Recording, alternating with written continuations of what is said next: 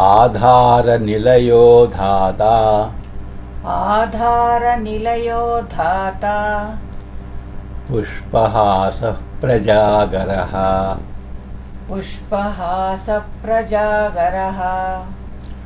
ऊर्ध्वगः सत्पथाचारः ऊर्ध्वगः सत्पथाचारः प्राणदः प्रणवः पनः प्राणदः प्रणवः पणः.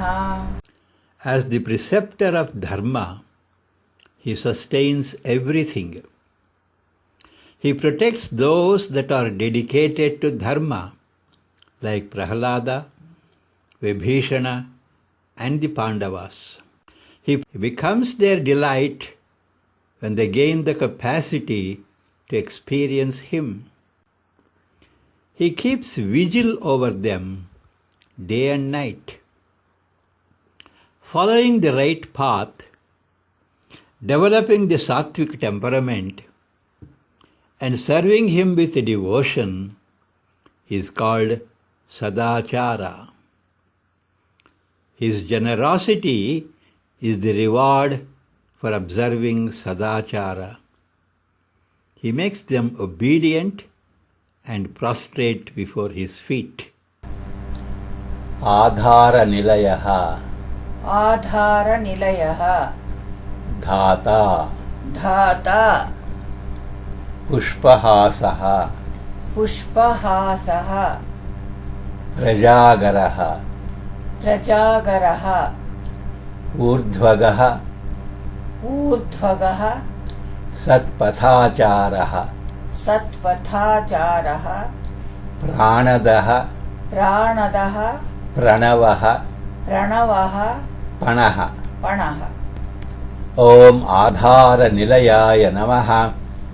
ॐ आधारनिलयाय नमः. ॐ धात्रे नमः. ॐ धात्रे नमः. ॐ पुष्पहासाय नमः. ॐ पुष्पहासाय नमः. ॐ प्रजागराय नमः. ॐ प्रजागराय नमः.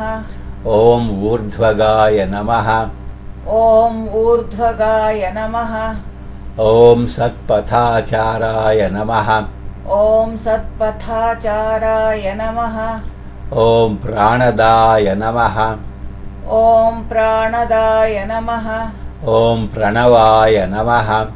ॐ प्रणवाय नमः. ॐ पणाय नमः. ॐ पणाय नमः.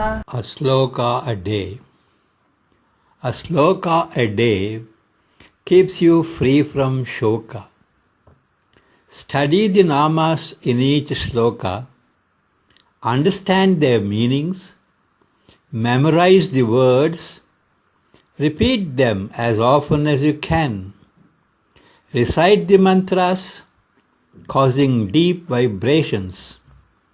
Praise him, worship him, and prostrate yourself before him.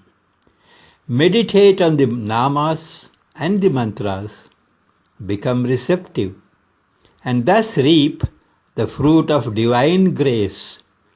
It helps you to chart out a sure and joyous journey towards eternal bliss.